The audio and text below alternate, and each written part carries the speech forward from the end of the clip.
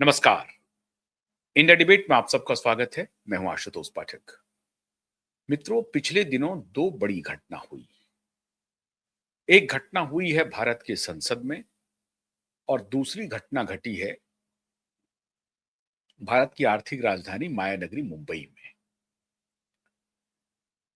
पहली घटना का जिक्र कर देते हैं, जिसका कि दूसरी घटना से सीधा संबंध तो नहीं है, लेकिन मायानगरी से संबंध है और सितंबर 2025 से भी संबंध है। सितंबर 2025 में भी एक घटना हुई थी। घटना नहीं हुई थी, एक मुलाकात हुई थी, जिसका आज मैं जिक्र करूंगा।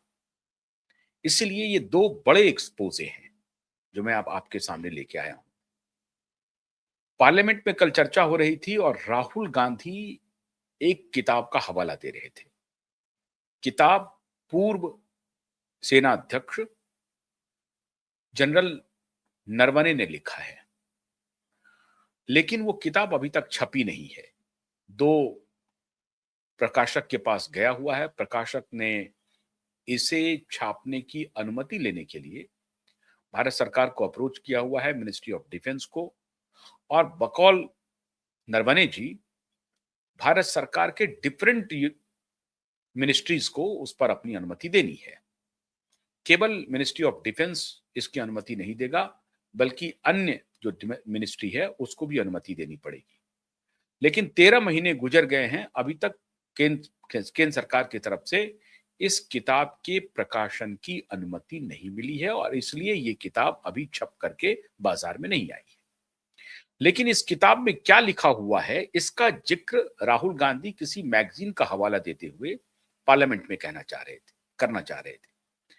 लेकिन पार्लियामेंट में जो रूल है, उस रूल के हिसाब से जब किसी विषय पे आपको सदन में बोलना होता है और वो राष्ट्रपति के अभिभाषण पर एलओपी को बोलना था, तो राष्ट्रपति के अभिभाषण पर ही आप उसको केंद्रित रख सकते थे।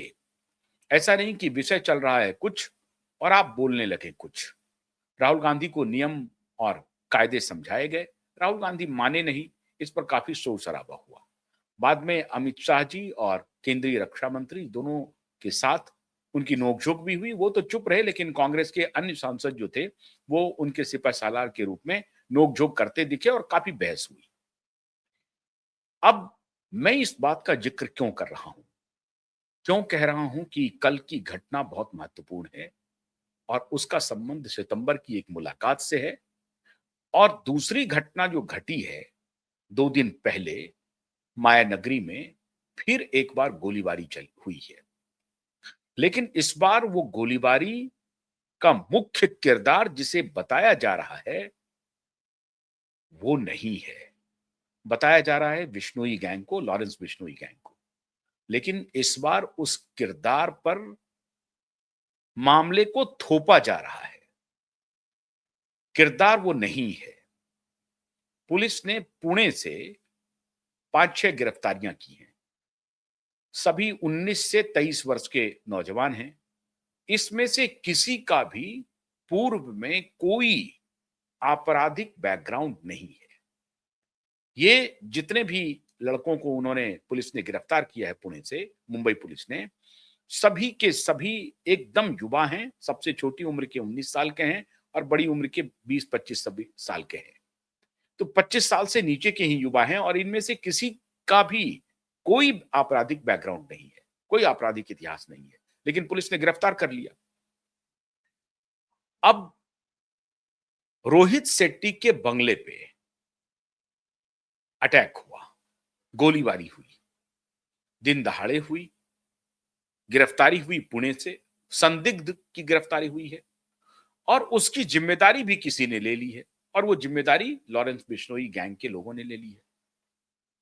तो मामला हो रहा है कि क्या लॉरेंस बिश्नोई के निशाने पर, कल तक तो वो बाकी एक्टर को भी धमकी दे रहे थे सलमान खान के साथ। सलमान तो उनके पसंदीदा एक्टर में से एक है, मतलब धमकी देने वाले पसंदीदा एक्टर, क्योंकि उनको चुकता करना है काले हिरन का अपराध।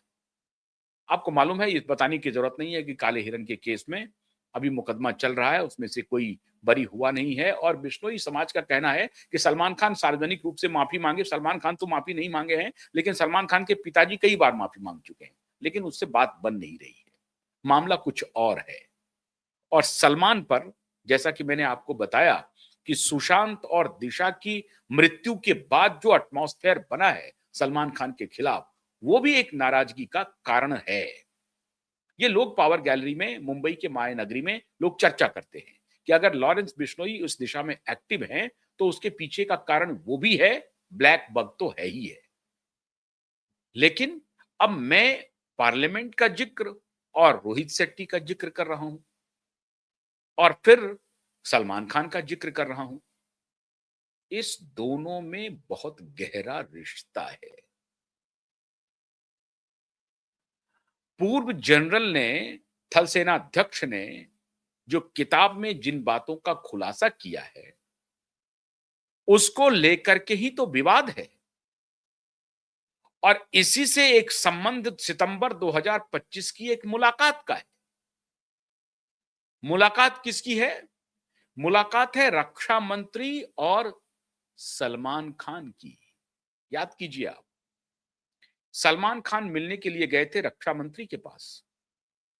1 घंटा 45 मिनट कितनी देर मुलाकात हुई, इसके बारे में मैंने आपको विस्तार से पहले ही बताया हुआ है। लेकिन आज राज से पर्दा उठ रहा है जब पार्लियामेंट में बहस हुई जनरल नरवणे की किताब पर। कहा जा रहा है कि जनरल नरवणे ने उस किताब में एक खुलासा किया है।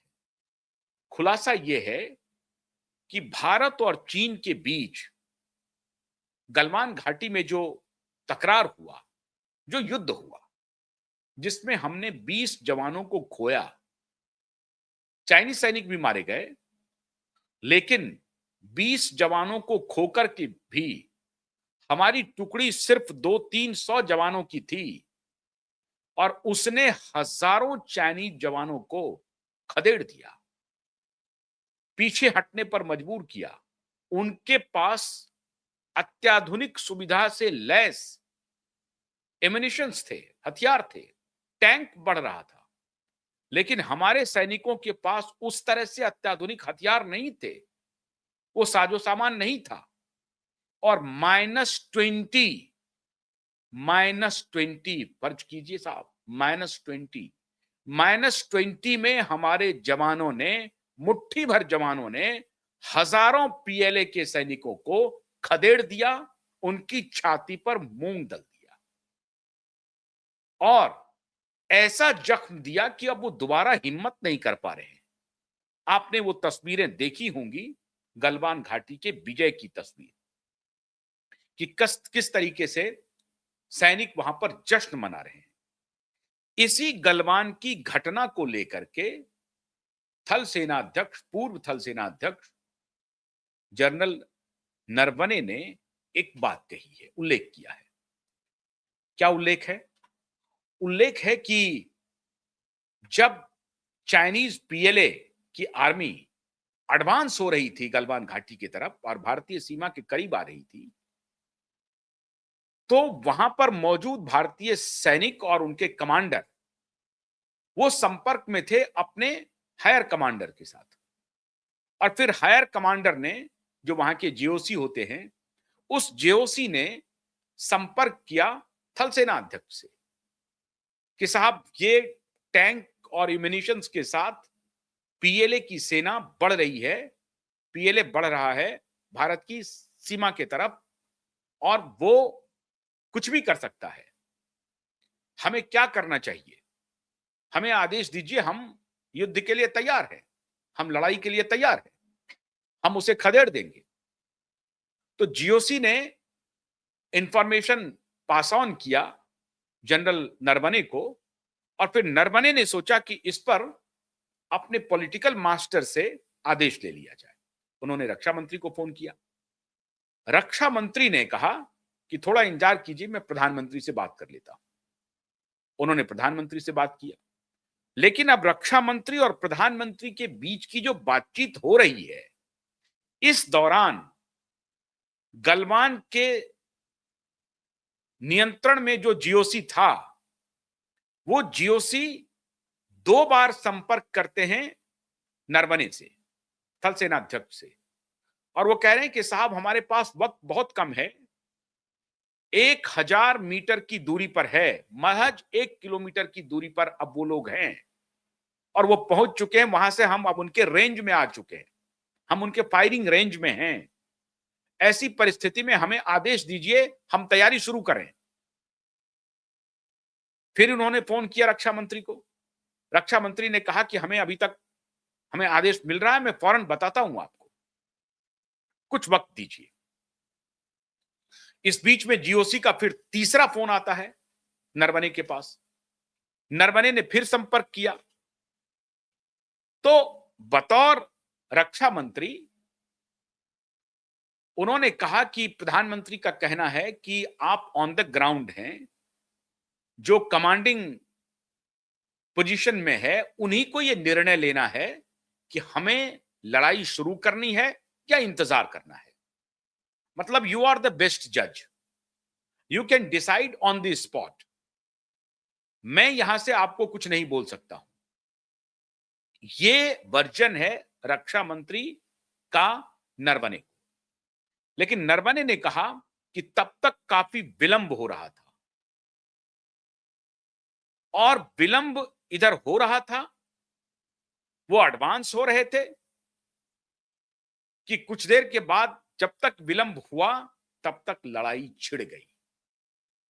अब कल मीडिया में चर्चा हो रही थी कि नहीं विलंब हुआ और फिर यकायक मैसेज आ गया कि हम रिट्रीट कर रहे हैं, हम वापस आ रहे हैं, हम अपनी सेना को आगे बढ़ने से रोक रहे हैं। ये किनका मैसेज आया?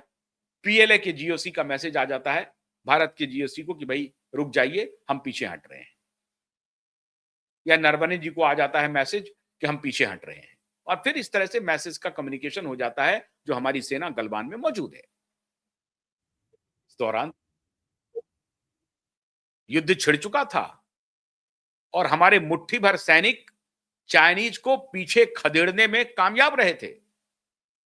लेकिन अब यह कहा जा रहा है कि नहीं, बैक चैनल से हमारे एनएसए को भी इसकी जानकारी दी गई और हमारी बाकी जो खुफिया एजेंसी थी वो भी एक्टिव हुई, और पॉलिटिकल लेवल पे एनएसए टू एनएसए के लेवल पे ऐसा कहा जा रहा है कोई एक्सचेंज ऑफ डायलॉग हुआ भारत और चीन के बीच में, और फिर चाइनीज जो कमांडेंट हैं उन्होंने ये मैसेज अपने गलवान में जो कमांडेंट थे उनको पास ऑन करते हैं कि आप रिट्रीट कीजिए, आप पीछे हटिए, आप लड़ाई को रोक दीजिए, और ये लड़ाई रुक जाती है।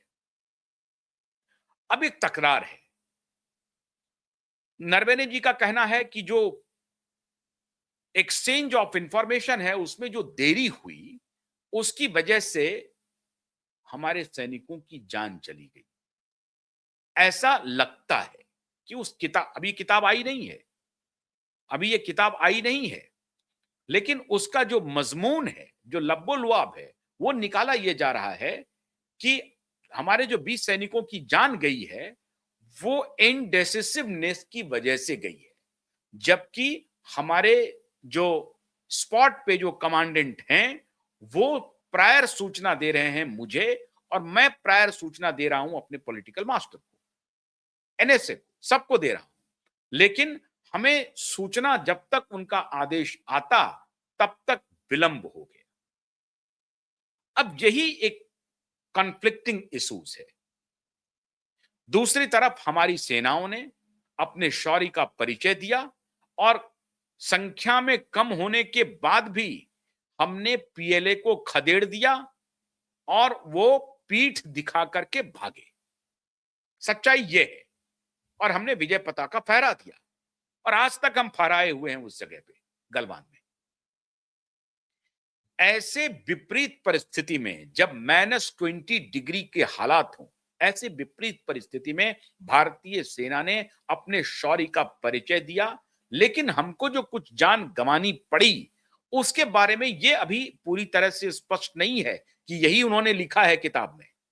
लेकिन राहुल गांधी सदन में ये बयान देकर के जतलाना चाह रहे थे कि हमारे सैनिकों की जो जान गई वो इसलिए जान गई क्योंकि प्रधानमंत्री ने आदेश नहीं दिया, जो सरासर गलत है, सरासर गलत है।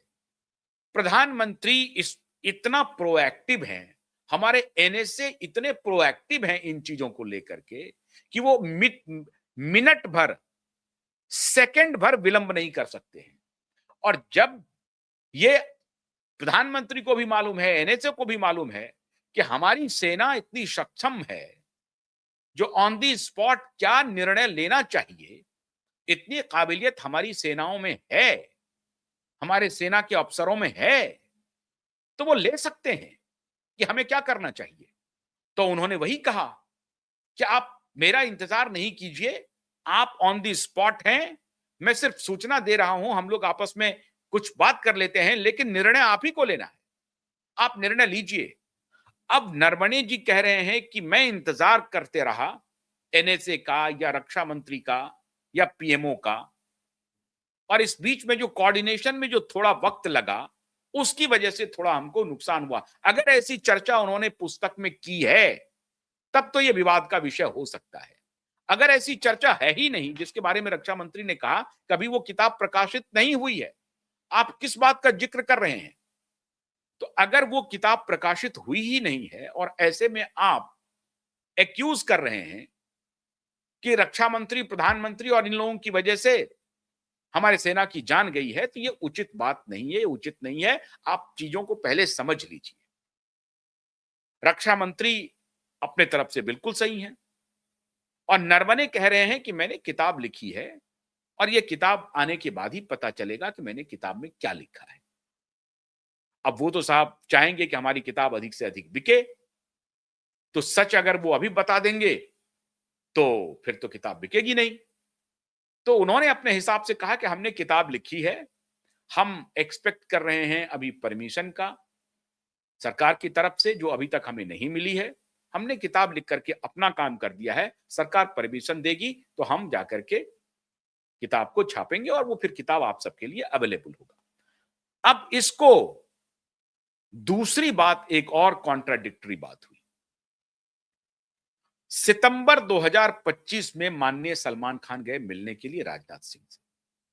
अब ये कहा जा रहा है मित्रों, यही बड़ा खुलासा है कि राजनाथ सिंह ने सलमान खान को हिदायत दी कि आप जो मूवी बना रहे हैं, एक तो सेना ने आपत्ति की थी कि उस गलवान में जहां पर वो शूटिंग वूटिंग करना चाह रहे थे, वहां के लिए वो चूंकि वो टेक्टिकल पोजीशन है और वो एक रणनीतिक जगह है, वहां पे इस तरह से अनुमति दी नहीं जा सकती है, तो उसकी शूटिंग की अनुमति नहीं दी थी सेना ने। एक तो वो कारण था।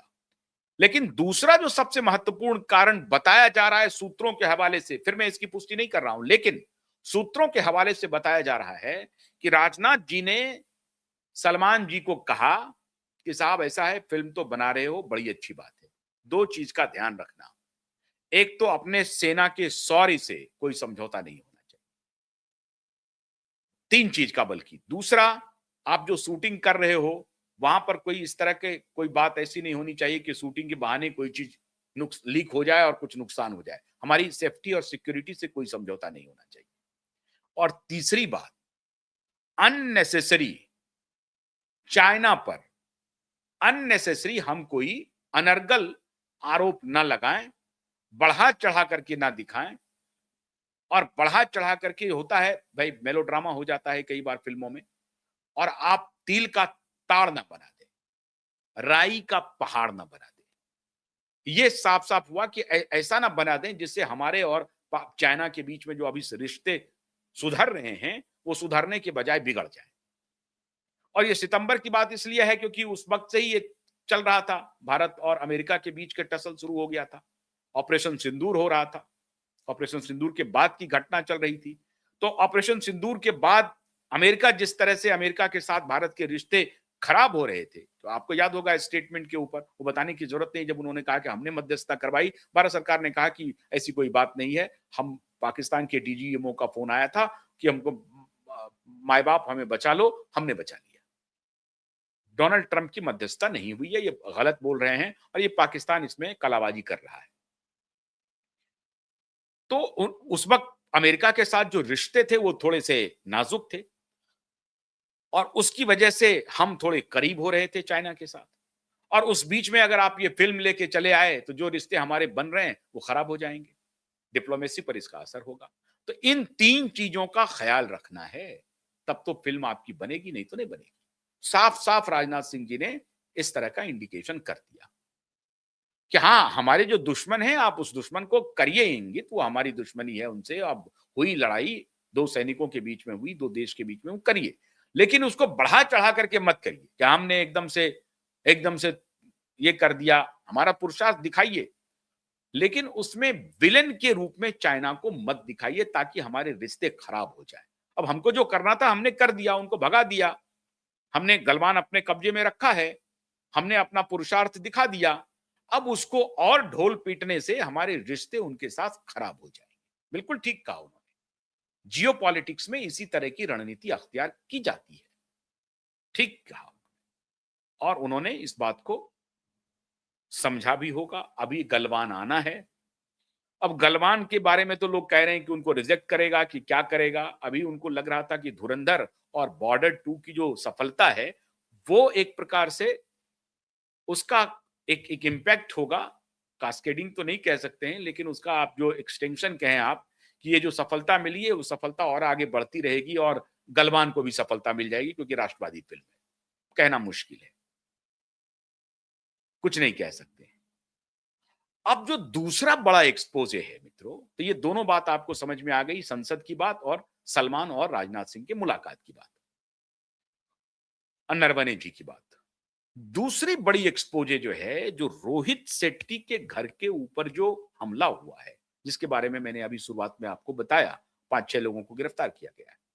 उसको कहा जा रहा है कि लॉरेंस बिश्नोई गैंग एक्टिव है और सलमान के बाद शाहरुख को भी धमकी आई थी। सैफ वगैरह सबको वो धमकी दे चुके हैं।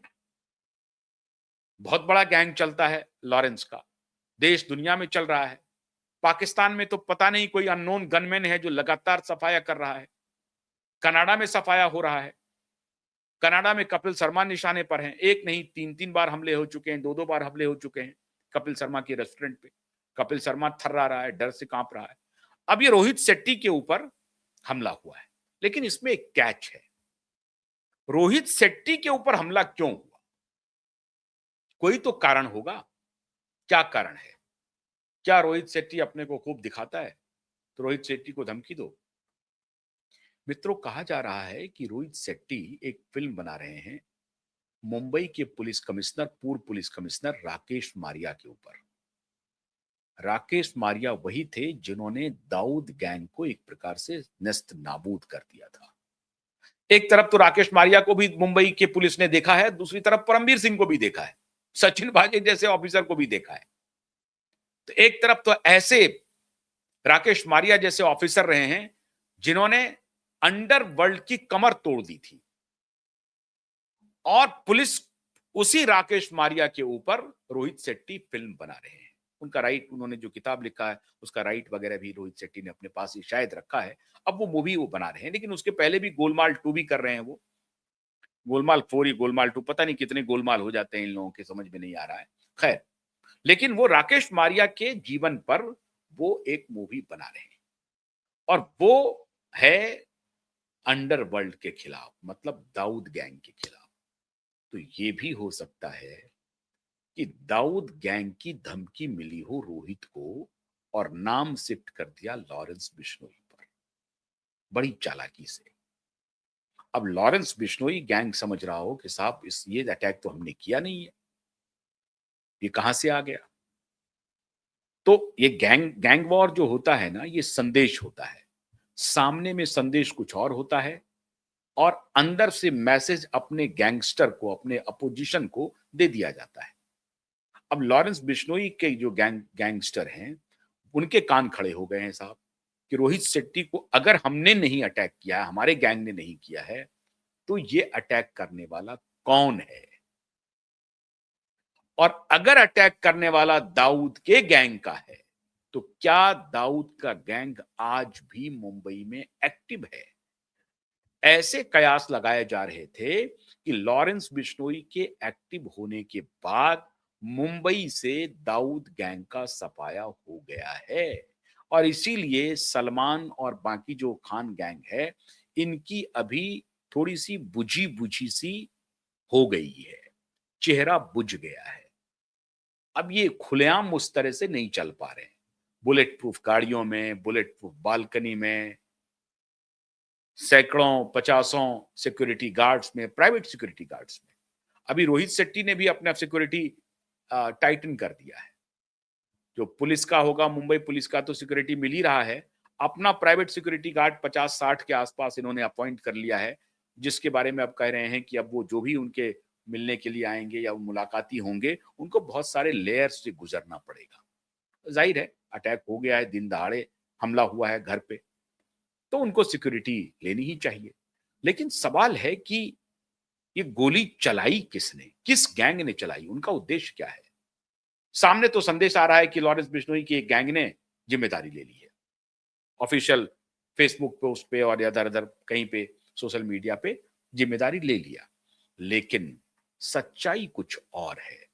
रोहित शेट्टी राकेश मारिया को जो बनाएंगे उससे फिर दाऊद गैंग के नेस्तनाबूद होने की खबर है। दाऊद गैंग नहीं चाहता है कि हम फिल्मों से ये हो जाएं या कुछ भी हो जाए, ऐसा कुछ भी राइवलरी हो सकता है। पूरी तरह से मैं नहीं कह सकता हूं कि ये दाऊद गैंग का ही काम है, लॉरेंस बिश्नोई गैंग का काम नहीं है, ये कहना मुश्किल है। हो सकता है लॉरेंस बिश्नोई के गैंग का भी काम हो, लेकिन इसमें एक डाउट तो बन रहा है। क्यों? क्योंकि राकेश मारिया एक सेंटर फोकल पॉइंट है। अगर राकेश मारिया पर फिल्म नहीं बन रही होती, तो ये इस दिशा में आपका संदेह नहीं जा रहा होता। आप सीधे-सीधे कह लेते कि लॉरेंस बिश्नोई गैंग का काम है। लेकिन ये जो एंगल है, ये एंगल इस तरफ इशारा कर रही है। अब ये जांच का विषय है, जांच होगी तभी बात पता चलेगी। तो दोनों बात, गलवान फिल्म में रक्षा मंत्री की जो हिदायत है वो देखनी पड़ेगी और किताब जब पब्लिश होगी तो वो देखनी पड़ेगी और इसमें भी आपको आंख कान खोल के रखना पड़ेगा कि लॉरेंस बिश्नोई नहीं हो सकता है, उसका गैंग नहीं हो सकता है, दाऊद गैंग भी क्या मुंबई में एक्टिव है और अगर है तो फिर क्या गैंग वॉर शुरू होगा। ये सब राज की बात है, जो राज आपको जानने चाहिए और आपको समझना चाहिए। पर्दा हमने उठाने की कोशिश की है, उम्मीद है कि आप समझ रहे होंगे। बहुत बहुत शुक्रिया। नमस्कार।